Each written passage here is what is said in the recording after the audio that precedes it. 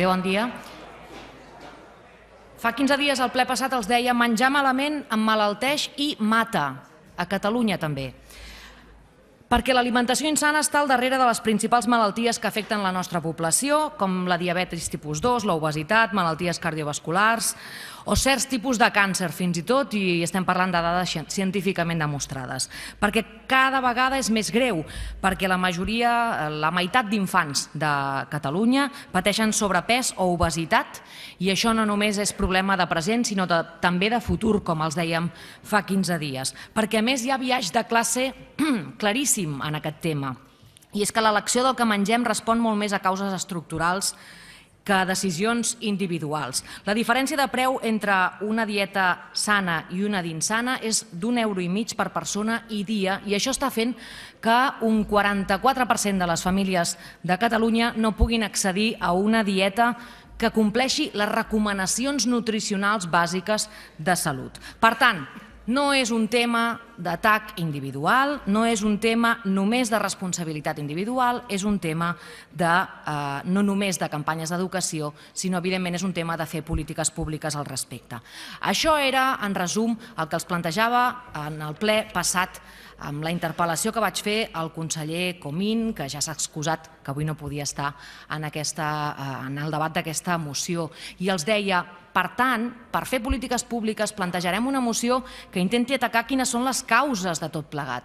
I les causes que identificàvem i que coincidíem amb el conseller eren l'opacitat respecte del sector, respecte de què és un bon o un mal perfil nutricional, opacitat buscada i volguda, la publicitat enganyosa que s'està fent, especialment dirigida al públic infantil, i l'especulació financera que està fent aquest mateix sector alimentari, fent difícil també la supervivència, l'accés fàcil al mercat, l'accés fàcil per la ciutadania a l'agricultura ecològica, comunitària o de proximitat, i aquests elements de biaix de classe. Per tant, hi ha possibilitat de fer polítiques, se n'han de fer moltes, però han de ser des de canvis, la voluntat de fer canvis estructurals, des de la voluntat de fer polítiques molt transversals i, evidentment, no pensant en fer amics en aquest sector i en els lobbies d'aquest sector. Per tant, vull posar en valor alguns dels punts de la moció que responen a aquestes causes, a aquests elements de fons. El primer punt, el punt 1A d'aquesta moció, i que és clau, que és que cal establir quins són els perfils nutricionals des d'una perspectiva catalana, a partir dels criteris fixats per l'OMS i per directives europees, de què són aliments sans i què són elements insans. I que això ho ha de fer el govern des de responsabilitat pública. I no poden incidir en aquesta definició dels perfils d'aliments sans o insans els lobbies del sector. Perquè si no ja tornarem a crear una possibilitat, unes polítiques esbiaixades públiques. A partir d'aquests perfils, que és el punt 1A d'aquesta moció, se'n deriven molts altres elements en la resta de la moció i per això els veuran aquest punt referenciat en molts altres punts de la moció. Per exemple, i en destaco alguns, cal pactar convenis d'etiquetatge, això sí, amb el sector, d'etiquetatge més clar, d'aquests perfils sans i insans, o regular publicitat d'aquests productes. I això cal fer-ho intentant tenir incidència especial en el públic infantil. Un altre element que voldríem destacar, que és limitar l'accés als aliments insans i facilitar l'accés als sans. Això ho fem en punts que afecten, per exemple, a que no només hi hagi bona voluntat, sinó limitació real d'aquest tipus de productes a les escoles i als equipaments públics. I també en la compra pública que hem afegit a partir d'una esmena de la CUP.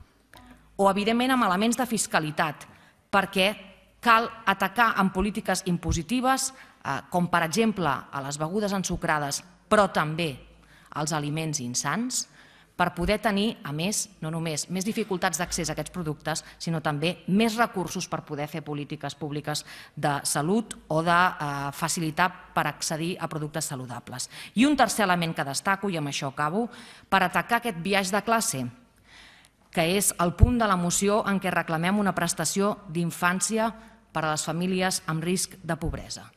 Una prestació de 100 € mensuals per als infants a càrrec de les famílies amb risc de pobresa, perquè així puguem garantir a totes les famílies especialment aquelles que tenen risc d'exclusió social, una capacitat econòmica per arribar als aliments saludables. Hi ha molts punts en aquesta moció, reconec que ha estat una moció complexa per als grups per a poder-la treballar, també evidentment per al govern, però esperem que pugui ser aprovada per una àmplia majoria i agrair a tots els grups les esmenes fetes, que moltes, com hauran vist, han estat o incorporades directament o transaccionades. Bé, sí, evidentment parlem d'aliments que fan emmalaltir perquè el llenguatge no és neutre i anomenar les realitats fa que emergeixin. I aquesta és una realitat. Parlar amb uns altres termes vol dir intentar-lo amagar, que és el que s'ha estat fent fins ara. Aquest és el terme en què volíem parlar, perquè a més és el terme en què volíem tractar aquesta moció i aquestes propostes que són de molts àmbits, però que volem que el punt de vista essencial vingui des de salut pública. Perquè el que tenim és un problema de salut pública a conseqüència d'una alimentació insana. I per tant, ja li diem al govern i evidentment també coincidim amb el PSC, perseguirem que hi hagi qui se'n faci càrrec d'això des del darrere. Això toca molts àmbits de l'administració i del govern, però esperem que sempre al darrere hi hagi la perspectiva de salut pública, que és qui hauria d'estar liderant-ho tot plegat. No es preocupi, senyora Caula, que evidentment si de fet tenia aquesta transversalitat gran respecte del govern i de la moció, el que plantegem en aquest text també ho té en multinivell i també ho plantegem al Parlament Europeu i amb lleis al Congrés, que és on segurament hauríem de regular això via llei i no pas des d'aquí. Només un parell de reflexions. Els 100 euros mensuals per infant a càrrec no sorgeixen de no res, sinó d'aquest biaix de classe brutal que té el tema de l'alimentació i de la proposta de la FEDAIA de quant és el que cal per alimentar de forma saludable a un infant. I creiem que era adequat posar-ho en aquesta moció. I una última reflexió, els deia, sobre el tema dels impostos. És l'OMS, és l'Organització Mundial de la Salut, qui diu que cal un gravamen del 20% almenys per als aliments insans per acabar, diu, amb el que és una epidèmia de salut pública que ens estan causant especialment les begudes ensucrades entre la infància, de problemes d'obesitat, de sobrepès i, per tant, que hem de fer alguna cosa al respecte. Per tant, la proposta no sorgeix del no-res, sorgeix de l'Organització Mundial de la Salut. Lamentablement, avui al Parlament de Catalunya, però, no anirem més enllà del que ja s'està anant en altres llocs. També podríem intentar gravar els aliments insans, però sembla que hi haurà una aliança dels que defensen els lobbies del sector de l'alimentació, que estan, en aquest cas, en el govern de Junts pel Sí i també per part del Partit Popular, que segurament seran els vots que faran impossible que avui també estiguem gravant els aliments insans i no només les begudes ensucrades, cosa que ja fa temps que es treballava i que els lobbies en el seu moment van aturar en la legislatura passada. Senyora Ribas, ha exhaurit el temps. Gràcies.